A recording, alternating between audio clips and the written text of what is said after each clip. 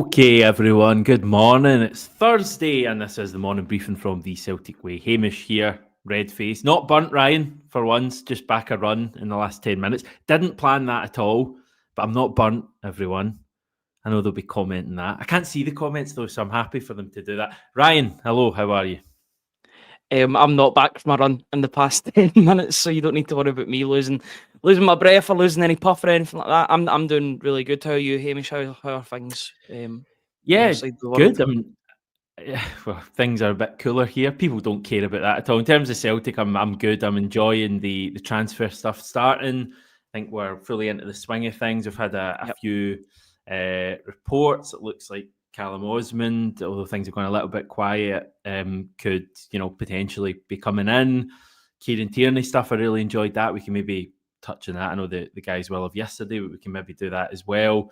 And we've got some transfer stuff today. A new midfielder we've been linked with, a bit of chat on Lennon Miller, left back stuff as well. We can maybe pour some cold water on some transfer rumours potentially, and chat about whatever else is happening. So morning, everyone. Hope you're all well. What's the crowd like today, Ryan? Are they filtering in? Yeah, I can't even. We're getting a lot of good mornings back. I think everybody's kind of been woken up with the fact that Celtic, first of all, have the first signing of the summer in Kieran Tierney. But you're the not links claiming that. You can't be claiming that as the first signing. No. I think you've got to, because that is the start. Once that was announced, and we've all known that this was coming. Once that's out of the way, now the transfer window can really begin. If you want to count that as your first signing, then by all means do it. It's kind of like a half and half for me. We knew it was coming, but it's nice to announce it and have him in the green and white hoops once again. But now the focus is on helping the squad alongside Kieran Tierney, that squad, be as strong as they can for next season, because they'll be fighting on four fronts. So it's a big job. They're going to have the squad depth to cope with that. Okay, Ryan's claiming Kieran Tierney is the first signing of the summer. Let us know if you are, or if Celtic are in your mind still to make that first signing. Big thanks to Seneca Medical Group for sponsoring this video. They're going to be with us throughout the course of this whole season. They are the number one hair transplantation clinic in the UK. They have clinics in Glasgow, Edinburgh and Aberdeen. So you can check them out there. A big thanks to them once again. Please consider subscribing to the channel as well if you've not done it yet. It's much appreciated if you're watching this and have just realised you aren't subscribed. It takes a couple of seconds, completely free, and means a lot to us. A few interesting things on the website as well. Morning, Barry, among other people. Is that the former Dundee manager, Barry Smith? I don't know. A few other. He has a dealing Celtic Way. I feel like he does, but I'm not sure. There's a few interesting things on the website as well that have gone up that I was actually just looking at before we came on. So there's a piece that's been done on Roy Keane's time at the club. I assume this is for 10 years almost. Well, it's just coming up to 10 years, isn't it, since Roy Keane's 6 months in the hoops? Yeah, I think he made something like 13 appearances for Celtic, but his impact was certainly felt, as is said in the interview by Neil Lennon, Stan Petrov and Ross Wallace. Tony Haggerty spoke to all three of them. I used his second name there. Tony spoke to those three former Celtic players all about Roy Keane. It's coming up on 10 years. He actually joined in December of 2005. So in a few months, still quite a bit away, but it's, that 10-year anniversary, 20-year anniversary since he signed. Yeah, 20. Sorry, dear. Yeah, the time is flying. Dear. But yeah, it's been nearly 20 years since Roy Keane signed for Celtic. So if you want an in-depth interview of what he's like, the infamous stare, what he's like in the dressing room, what he was like at Clyde. Everybody, I think lots of people remember what happened at Clyde, and getting his Ibrox redemption with a man of the match performance against Rangers. So all of that's available on the website this morning. Tony put a lot of work into it. So if you want to check it out, I'll put the link in the description in a minute or so. So as you say, what Ross Wallace, Stan Petrov, Neil Lennon, quotes from all them, exclusive quotes on Roy Keane in there. So check that out. The other piece is a bit into Kieran Tierney's story at Celtic so far. Again, Tony's done this, spoken to John Collins, who I guess was part of the coaching team that gave Kieran Tierney his big breakthrough under Ronnie Dyler. So that's well worth reading as well. So And these are quite lengthy articles as well. So loads to get into on the website. I would definitely urge people to do that if they've got a spare bit of time later on. Some other stuff on there as well. Every Celtic signing made under Brendan Rodgers in his second spell. Was that you that did that, Ryan? No, that was Tony as well. Tony's Oh, been dear, that guy's very, working very, hard. very busy. Tony's been doing a lot of the longer form stuff while I've been helping out with Josh and the like on the news side of things. Because it's the transfer season, we're gonna have to keep our eyes on all the news aggregators as well to see if anything comes through. We had Winger Tuesday leading into Winger Wednesday yesterday with the amount of players that were linked with the club. Some more credible than others, I would say. But it's exciting at the same time to know that there's players that are getting linked with the club, and it shows that that's a position that Celtic need reinforcements in. I think we all seen it in the cup final. They need some extra bodies in there for attacking prowess. So it's good to see that, and it's encouraging to see that Celtic are at least identifying players. You know, the validity of these links, it can be questioned, but the fact that they're getting linked with wingers would suggest that they're in the market for one or two this summer. Yeah, report, I think, yesterday evening from David Friel in the Scottish Sun. So David Friel's quite a trusted Celtic source. I think he's worked for the club in the past and has broken a number of stories. He says we're eyeing a move for a player called Benjamin Nygren, who is Sweden international, scored a couple of goals for Sweden. So far, he's playing for Nordsjælland, who are Danish, am I right in saying? Believe they are. So he's a playmaker playing for them. Anderlecht, Copenhagen also said to be in for him. He's 23 years old, out of contract in 6 months, which is a bit of a rare situation, but that means that he could be available for just £2 million this summer. 16 goals and 4 assists for Nordsjælland last season. That's pretty impressive. And 4 caps for Sweden, and as I say, 2 goals, including apparently a wonder strike in a game against Hungary. Danish sources say that we have scouted him recently, and seems like he's a pretty decent player. I think he's confirmed as well that he's not going to be staying at Nordsjælland, so it seems like this summer is the time that he's going to move on. Not a player I've heard of, but it's interesting because if you hear of being linked with a player from Nordsjælland, with all due respect, I remember them winning the Danish league a number of years ago, but they've not done a whole lot. You would probably kind of roll your eyes a wee bit and go, okay, when you hear he's a Sweden international and is 23 years old, that does excite you a bit more. So what do you make of this? Yeah, on paper, it looks really good. And the amount of goals that he scored from midfield, Celtic probably need a little bit more goals in midfield. Yes, Arne Engels scored a few last season, but a lot of them came from the penalty spot. I know Callum McGregor chipped in, but you can never get too many goals. And, you know, the fact that he's a Sweden international, still 23, so plenty of development still to do at a higher level, at least in Europe for Celtic. He seems to tick a lot of boxes, you know, Scandinavian playmaker. Celtic have done pretty well with them in the past. Nordsjælland are a bit Matt O'Reilly, Stefan Matt Johansson. O'Reilly, Johansson. Yeah, I really liked Johansson as much as I enjoyed Matt O'Reilly. I thought Stefan Johansson particularly, and I think it was Ronny Deila's first season. I know he didn't have a good second season, but the first season he was absolutely tremendous in that midfield and really did.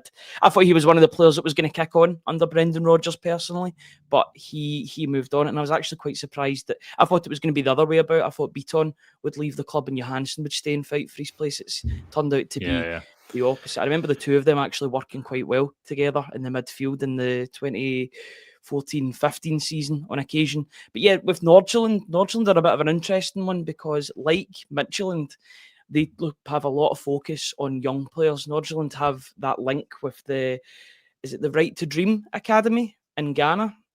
Now, not to mention any Rangers players, but that's where Mohamed Diamandi came from. It's also where Mohamed Kudus came from, that's currently playing at West Ham. So they put a lot of their efforts into young players, both from different continents and from Europe as well.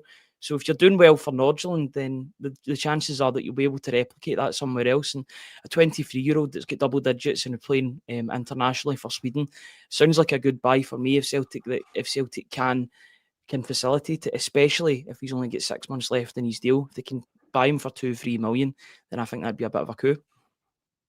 If anyone wants a laugh roundabout now, then head over to Benjamin Nygren's Wikipedia page, where some joker has changed his intro. Benji boy in green and white is keen to sign for the Hoops. Benji boy. Second bit, I'm not sure whether I should go into that second bit, but yeah, very funny stuff from whatever joker did that. I mean, I don't know much about him, but it seems like an interesting one. We're going to come on and talk a wee bit about Lennon Miller as well, because he's been speaking a bit about his future, another midfielder. Where are you with what Celtic need in midfield? Is it one player for you? Is it two? Assuming that we keep everyone, which is a big assumption. I think two midfielders of real quality would go a long way into improving things for Celtic, and I see them at opposite ends of the midfield. I talk about it every season, every pre-season, because I know what Celtic are going to come up against, even in the qualifiers, but in the league stage or the league phase of Champions League football, they need a defensive midfielder. I think with every year that passes, as much as Cal McGregor's been absolutely brilliant and he scored goals, I would like a more traditional defensive midfielder in that role to help the centre backs. Because I watched Celtic in transition last season, and they really struggled with counter attacks, particularly from the likes of Borussia Dortmund. You need that middleman in there that's able to cut it out and help the defence before. Did we learn from that though? Because I take your point 100%. You know, the Dortmund game was a big issue, but the argument might be that, you know, after that, I know Villa scored 4 against us, but that was another one as well. I'm missing a number of players that night, and yeah, fair enough. But virtually every other game, you know, including Bayern Munich away from home, I mean, I thought we were pretty solid. So I mean, I get it's something that always comes up with fans saying they want a bit. It's always like a Wanyama type or a Scott Brown type. I don't necessarily subscribe to the Wanyama one, because I think you need somebody that's a little bit more mobile in the modern game. You know, I'm not saying go out and sign a player that's akin to Rodri, but somebody in that sort of profile that's mobile in terms of getting around the pitch, but can also play make from that position as well. Because, you know, at Celtic, the likes of Cameron Carter-Vickers and Liam Scales, they're expected to play cutting passes as well on occasion. So a defensive midfielder's got to have both, but I want him to have that defensive mindset on, especially when playing in Europe. The thing I would say about Europe, it's unlikely that Celtic, if they are to get into the Champions League phase next season, that they'll have such a favourable draw this time around. You know, it's all up in the air. But I would say that, you know, when we were all watching that draw come out, when Cristiano Ronaldo was pressing that button and the draw was getting made, it was pretty favourable. Now, you look at that compared to other teams, even compared to teams that we've played, that Celtic have played against last season, and RB Leipzig, they had a horrible draw. And there's every chance that could happen, and that sides that you need to sit in against come up against next season. So bringing in that defensive midfielder could go a long way. I just feel that Celtic need that balance. Yes, bring the dynamism in midfield, try and make things happen, try and get goals if it's Nygren that is to come in. But you need that defensive stability as well, particularly in European competition. I think it would go a long way. And the thing is, they don't need to defend all the time, but somebody that's more defensive minded and can play that role as maybe a defender in the midfield, I think could go a long way next season for Celtic. I take your point. I mean, I would just look at, and you're right, the chances are if we get to the league phase, we're going to have harder fixtures, because I think you're right. We did have fairly favourable fixtures. It doesn't take away from what we achieved, because it was still some really, really impressive results in there, Leipzig most notably. The point I would make is that we draw Bayern Munich in the knockout round, which is about as hard a team as you can get. Okay, there's maybe 3 or 4 teams who are better than them, but there's not many more than that. And we equipped ourselves incredibly well in that tie. We're 30 seconds away from taking that to extra time. So I'm not as kind of down on our chances if we do get a more challenging matches. You could get much more challenging matches, but you're still only going to have probably 2 or 3 max that are of the same level as Bayern Munich. For me, you know, I'm actually all right with McGregor being in that role. For me, the issue would be I'd still like a defensive midfielder, a deeper player signed, someone who can play games here and there, maybe a younger option, because I don't feel we have an alternative to Callum McGregor at all in that midfield. And like McGregor plays every game. McGregor played.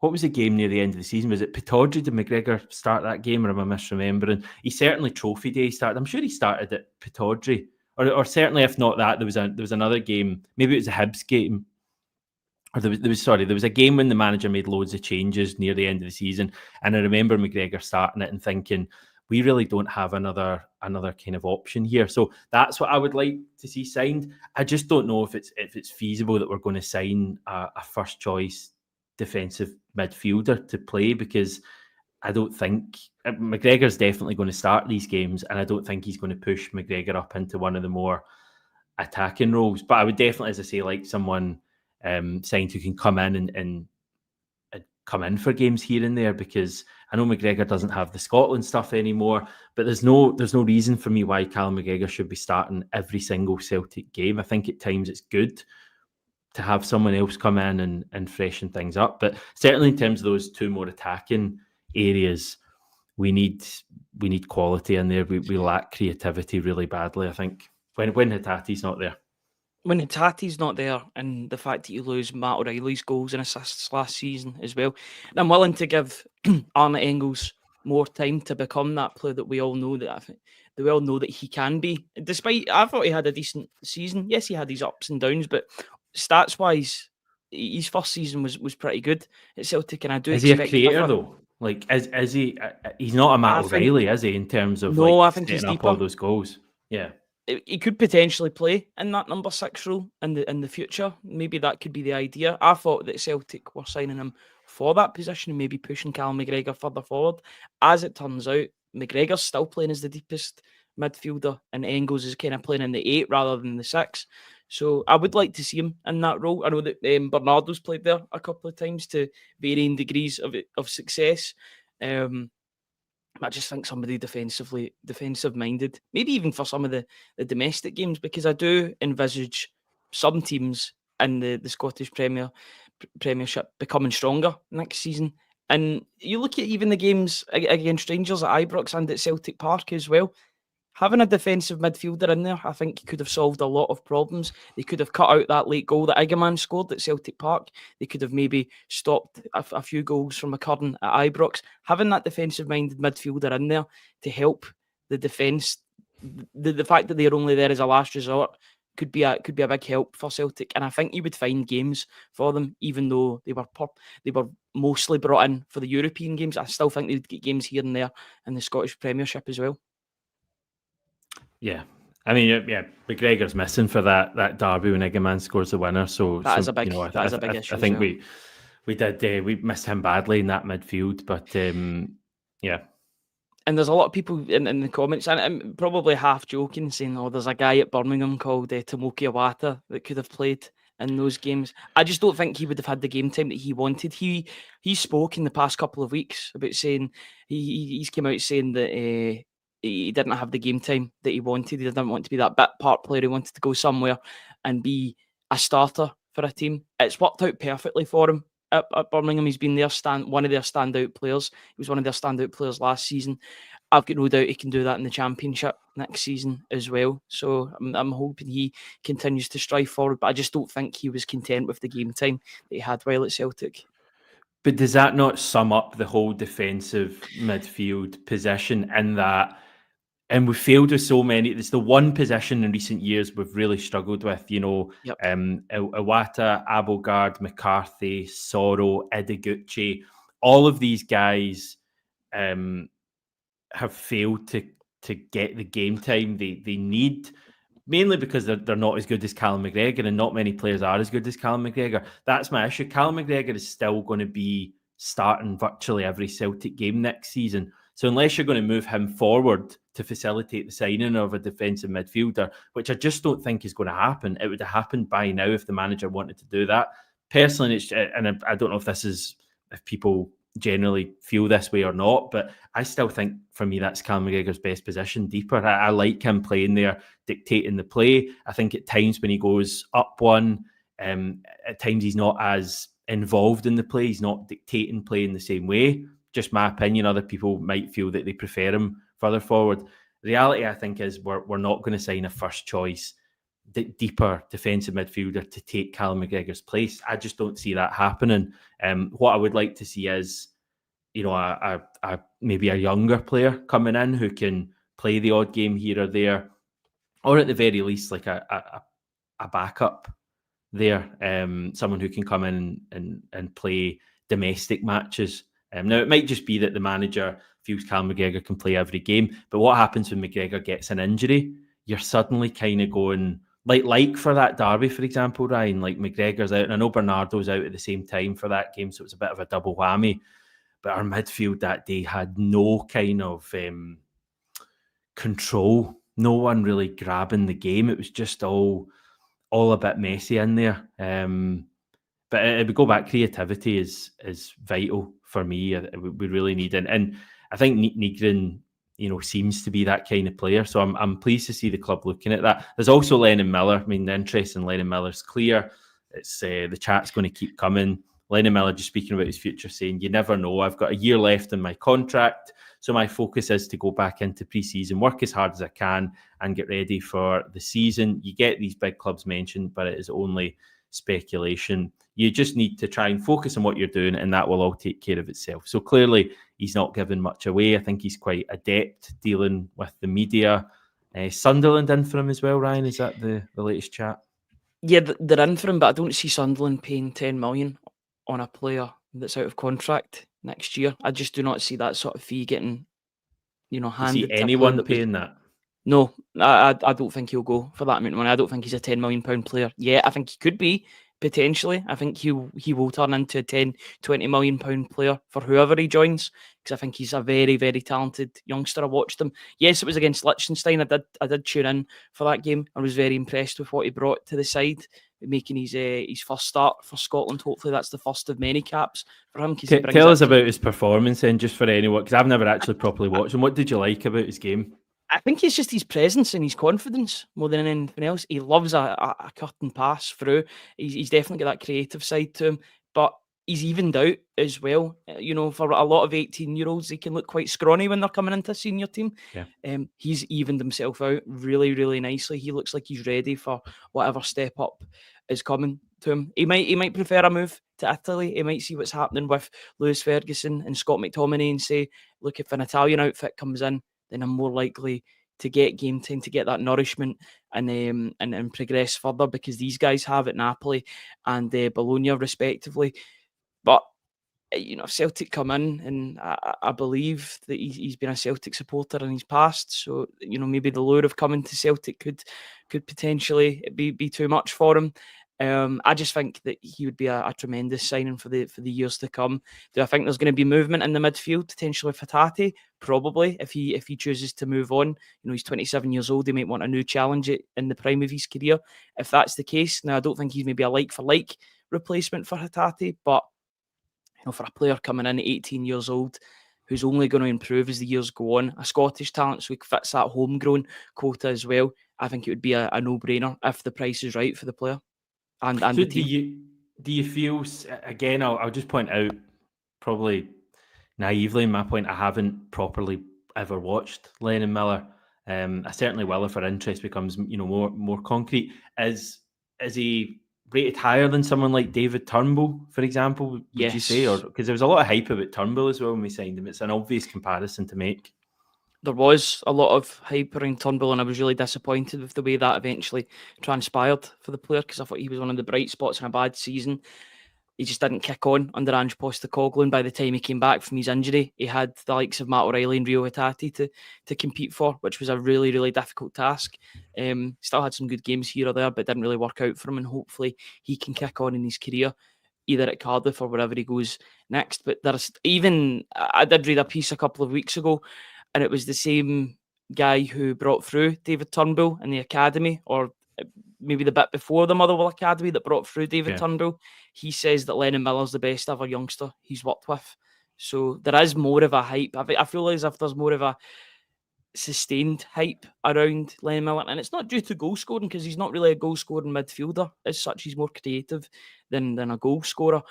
But I think the buzz and the hype around this player in Scotland is more sustained than it was towards David Turnbull. I think it also helps that he hasn't had such a debilitating injury in the middle of it as well. It's been sustained. People have been able to watch him for long periods. Yes, he did have that couple of months out.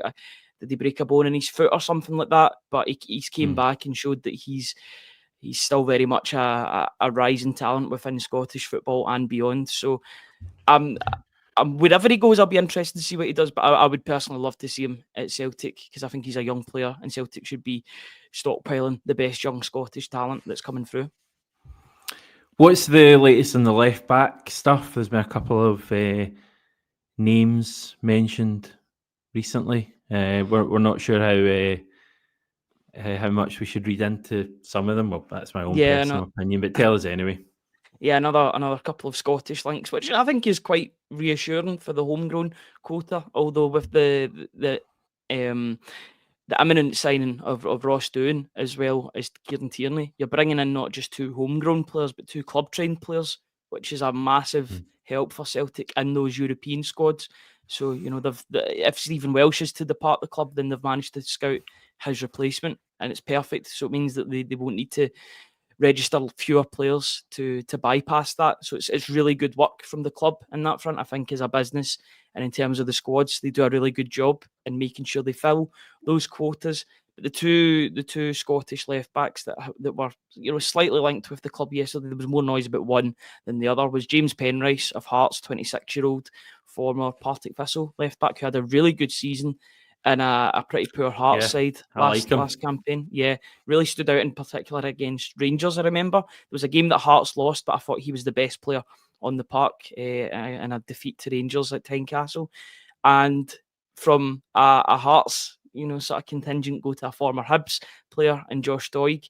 This one, as much as it would be, I think he would be the perfect left back for me in terms of who to bring in to be Kieran Tierney's deputy. I cannot see him from being a standout player at Sassuolo to playing second fiddle to Kieran Tierney at Celtic. I think if you were going to go and sign Josh Doig, you would have done it instead of Kieran Tierney. But the fact you've got Tierney, I think that's pie in the sky stuff, to be honest with you. Yeah, I agree. I don't think Josh Doig's a goer at all. James Penrice is an interesting one, though, because that seems to make a bit more sense. Brendan Rodgers has been so clear in saying that there will be game time for whoever the other left back is alongside Kieran Tierney. And I don't know, Penrice would make a bit of sense for me. And I could see that, while clearly the Doig stuff, I don't see that working, because, as you say, he's playing regularly in Serie A. He's not going to come and effectively be second choice. Someone like Penrice, that would still be a good opportunity, unless footballers back themselves as well to work their way into the first team. Kieran Tierney was, he's a perfect example of a player who pushed his way into the first team, in place of Emilio Ezagiri, and no one saw that coming. So the Penrice stuff, I think that's interesting. I don't know what kind of fee it would take. I'd need to look into his contract situation. He's been a really good player for Hearts, so you'd think they'd probably be looking for bare minimum couple of million, possibly more. But we have that money. I think that if we can't get, clearly Greg Taylor doesn't seem like it's happening. Schlupp's not happening. I know there's been a couple of players mentioned. Kosugi, the Japanese player, I think playing in Sweden. Penrice, though, if those options aren't a goer, I'd have Penrice near the top of my list. He's really direct, pacey, gets on, gets to the byline quite a lot as well from the times I've seen him. It's quite a weird one, because I was watching him in that aforementioned game against Rangers, and I thought he was a complete standout. I looked him up and was almost, and maybe this is the way my mind is programmed, but I seen that he was 26 and I was almost disappointed, because I'm like, maybe Celtic won't go in for him because he's a little bit older. But you only have to look at what happened with Luke McCowan to show that Celtic could be in that market for a player that's that age. I think he would get a lot of game time if he would come to Celtic, and I think he would back himself. He'd want that step up to join Celtic if possible. I think, like you, Hamish, I think he would be very high or near the top of my list in terms of players to bring in and compete with Kieran Tierney and help him, because we were speaking about this yesterday with people. I think Kieran Tierney, just with the way his injuries have been, and I know a lot gets spoken about with his injuries, but it is a fact of life that he will miss games. He missed even the second game of the international break. I know there was a bit of a quick turnaround, but the fact that he couldn't be ready for a game 3-4 days later shows you that his game time will need to be prioritised. And if you could bring in somebody that we know is good domestically, in the likes of James Penrice, then that could be a really good acquisition for Celtic. The only other way that they could go is maybe bring in a young player to sort of shadow off of Kieran Tierney and learn to eventually come in and make that impact in a few years' time. I thought that maybe Alex Bailly could have been that player, but unfortunately that wasn't the case. What about Matt Anderson? Well, he's out of contract in the summer. And is he? Because I've said this before, but I'd heard really good things about him as a youngster. I remember being at a Celtic Rangers game at Celtic Park a number of years ago and speaking to a scout. I think he was from Newcastle United, and he was saying that he was asking me about Matt Anderson. I didn't know much about him, but he was saying that he's the one he's got his eye on, and a number of other scouts. A number of other clubs had scouts at that game looking at Anderson, so that's interesting. Again, he's been out on loan in Austria. It's the way it kind of comes across as well, though. I mean, it would be seen as a cheap option going into the season with Tierney returning and not signing another left back. But it's a tough one for the club, because whoever we sign knows that Kieran Tierney is going to be effectively the first choice. And I know Brendan Rodgers says that the other player will get opportunities, but you know that chances are when the big game comes around and big games come around, that Kieran Tierney's going to be starting. So it's a weird one, and it's going to be interesting to see how the club attracts someone. I guess you might look at the Sinizalo type of signing we made, but we'll wait and see. It's a tough sell, but on that same point, in other ways it's not, because it's still Celtic that you're signing for. A lot of players would die to sign for Celtic at the end of the day. So, pit your wits against Kieran Tierney. Anybody with any outside knowledge looking in, or any knowledge about Scottish football and Celtic football whatsoever, will know that Kieran Tierney will miss games due to knocks and due to prioritising his games. I think that is going to be so important for Celtic next season, prioritising games for Kieran Tierney and the likes of Callum McGregor as well. Having that rotation in the team could be pivotal to Celtic doing well. Prioritise the games that you want those players to play in, and then have the players waiting in reserve to come in and do a job when those other players are resting. If you can prioritise Kieran Tierney and keep him fit for the whole season, then you've got one hell of a left back on your books, as well as another player developing in the background that can potentially come in. But I think it's all about prioritising those games when they come around. That's why Brendan Rodgers gets paid the big bucks at the end of the day to make these decisions. He's got to choose what games to prioritise, or if he can prove his fitness, which has been a bit of an issue in the recent years, then he can play all the games. But I would doubt that, to be honest. And that's just going by his injury record, unfortunately. Yeah. Okay. Positive thoughts. KT's on fire, and he's going to be amazing for it. Okay, we'll leave it there, everyone. Thanks very much, Ryan. Thanks everyone for tuning in, sharing your thoughts, even if you're watching afterwards, commenting, etc. It's always appreciated. So thanks very much. Loads more on the website, loads more coming on the YouTube channel. But for now, we will say goodbye. Thanks, everyone. Cheers, guys.